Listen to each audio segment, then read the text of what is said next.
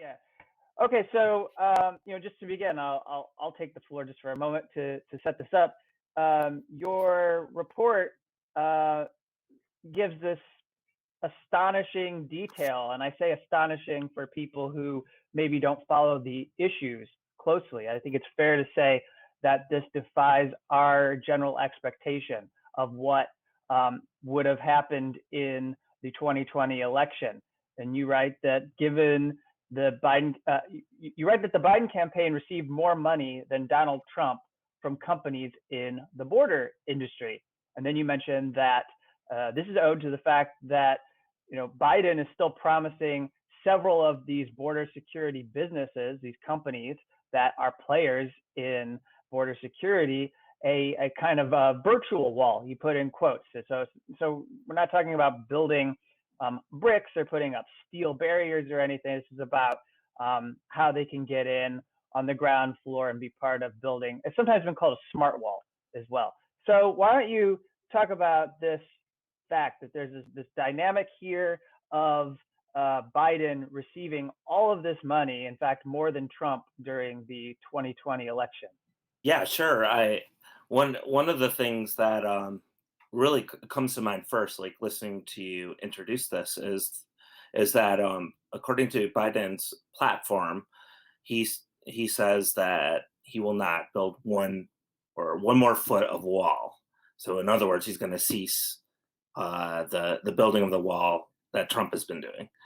And I remember when I first read that sentence, the first part of the sentence, I thought, oh, no, he said I'm not gonna build one more foot of wall, and then we're going to divert those funds to, and then my imagination started, going like, diverted to what? Diverted to healthcare, diverted to education, diverted to, what could you be diverting it to?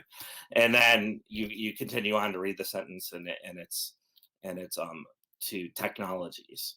Um, and it's like, oh, you're diverting it to technology. So it's basically what you're saying is that you are not going to build another foot of wall, which may or may not be true, but that you're going to bolster the virtual wall. And that's been the premise of the Biden administration, or the Biden campaign, and now the Biden administration, pretty much since the get-go.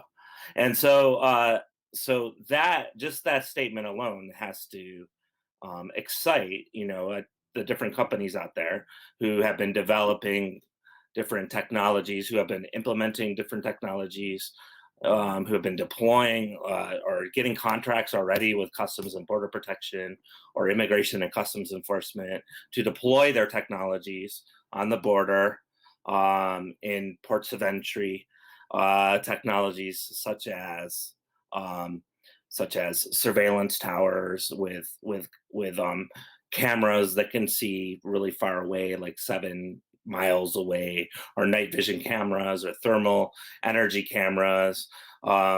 These sorts of towers that work in tandem with other towers that form this backbone of what is you refer to, Kevin, as a virtual wall. And that's how it's been called by Department of Homeland Security. And the virtual wall, this idea of technology being deployed on the border, this has been happening for a long, long, long time.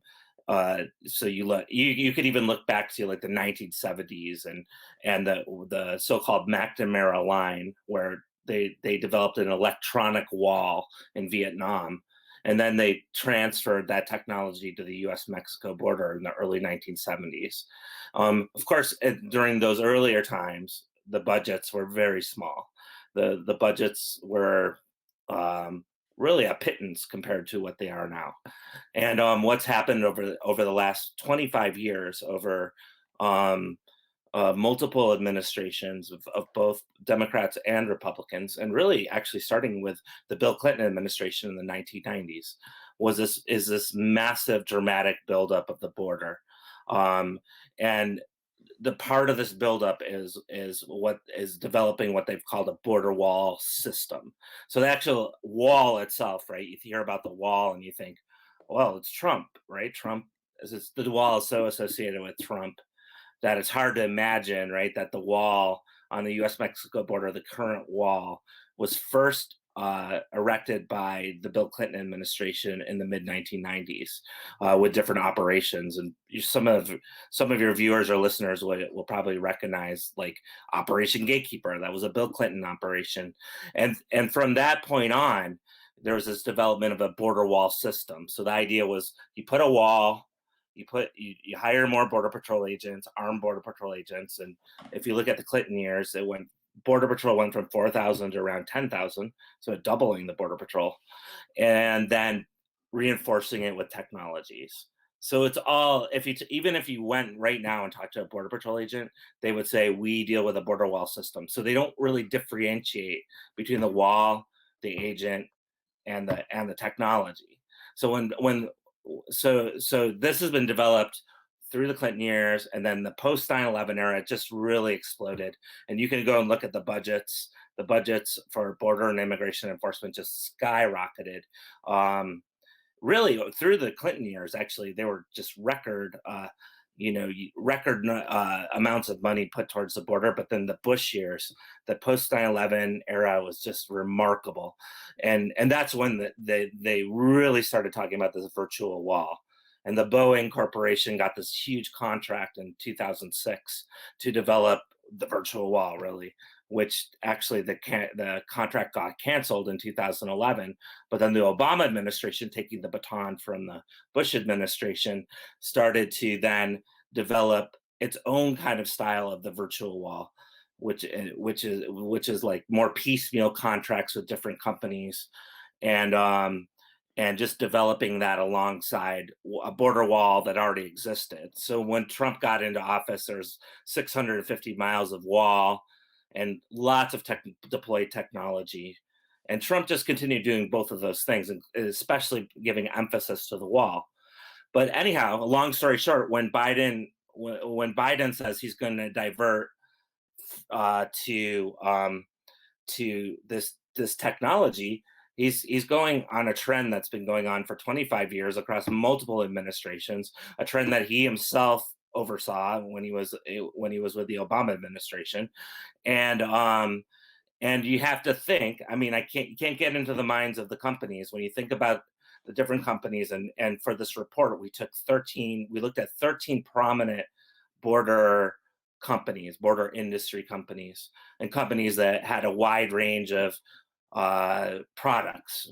These are companies that range from big military monoliths like Lockheed Martin or Northrop Grumman to smaller IT companies and consulting companies like Deloitte, or private prison companies like CoreCivic. And these companies, like the diversion to giving more money to Biden and Democrats in general going into the 2020 election, was almost like, we're going to cast a vote and our vote's going to be right no matter what way, right? It's like, here's our vote. And it really coincides with this kind of declaration of the Biden administration that they're going to focus on technologies. So I would imagine, and as we sit here right at the beginning of the Biden administration, so much remains to be seen, that there will be some contracts that will be doled out in the next month, in the months to come, the years to come, to many of these companies. I mean, we've already seen, not to take the emphasis off of the border surveillance stuff that you're talking about, but we've already seen, right, the Secretary of Defense, Lloyd Austin, was on the board of Raytheon, and he actually like financially benefited when he left that board to be Secretary of Defense. And already Joe Biden's administration has signed off on like over $100 million worth of sales of Raytheon weapons and various products to different lovely governments like that in Chile and I believe also in Egypt. But the point is yeah, like this is what people need to understand, is that these donations and these connections to these industries that you're talking about make a huge difference in the kinds of contracts that go doled out and the kinds of policies they end up supporting. And what I find so striking is the fact that, under Donald Trump, we saw this, massive liberal outpouring of outrage against Trump's border policies, against his wall, against kids in cages. And already, for based on not just what you just mentioned, but not on top of like the money that Biden has taken from these different companies. On top of that, he's also continuing to deport people. He's also he's reopened a Trump era facility for children in cages, but they're not called that anymore. They're called migrant children and overflow facilities or something. Right. But like, do you see almost like a danger and almost brilliance on the part of these companies of really like switching teams, because they used to be so much hardcore Republican and now it's like putting all their money into the Democratic basket? But it's kind of like a brilliant strategy because no one is going to say a word. Liberals and media aren't going to say a word about Biden's policies. It's like frightening. It is. It really is, and it is. Yeah, they win. Like whoever wins, the companies win. So it is brilliant, right? You give a lot of money to the Democrats, and they win, and they did, and the companies win, right? And so yeah, it becomes a really brilliant strategy, and really, unfortunately, this is not anything that's really covered in the media. It's something that, like you were just mentioning, Rania, that you get stuck with this kind of narrative that, oh, all, like, say, you look at the border and and you think, oh, voting Trump out solves all the problems, right? Voting Trump out, their kids will no longer be in cages. There will no longer be a wall built. There will be, everything gets solved. And really, that's absolutely not the truth. And that's one of the other quote unquote brilliant things of this pivot of companies. Like when you pivot to the Democrats and Biden, and what's interesting over the Trump years with the Democrats is that they didn't, like, before Trump, there was rarely a mention of the wall, right? Biden, like Joe Biden himself, voted as a senator for the Secure Fence Act of 2006.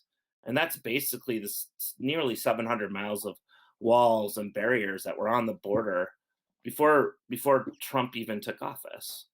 And this, like, and then all of a sudden Trump gets into takes gets the presidency, and the Democrats suddenly are anti-wall, right? And it's an interesting phenomenon, It's to watch. also It's Go also ahead. like so, and it was also so interesting too, because I remember visiting you in Arizona. I think it was like in 2015, and you actually took me and to the border where all of that surveillance technology you're talking about, which has probably gotten even more advanced and bigger since then, was there, and you were showing me the towers, and that was under Obama.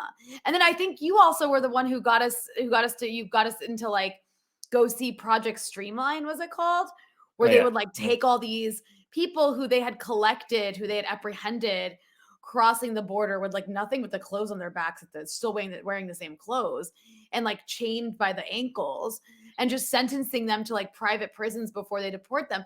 Like, you know better than anyone else. You've been writing books about this for the last decade, and a large chunk of that last decade, Obama was president for like 8 years. So yeah, it is interesting. It's interesting. Like, I'm so happy that you're still covering this no matter who's in power. Because it's so important, because like you're really one of the only people who does. Like, the interest just disappears under a Democrat. I think it's like following your point. It's almost more important to well, I mean, I don't want to say more important, but it's just as, I mean, if not more, yeah, maybe more important to keep to really cover this when the Democrats are in power, just for those reasons, because it gets veiled.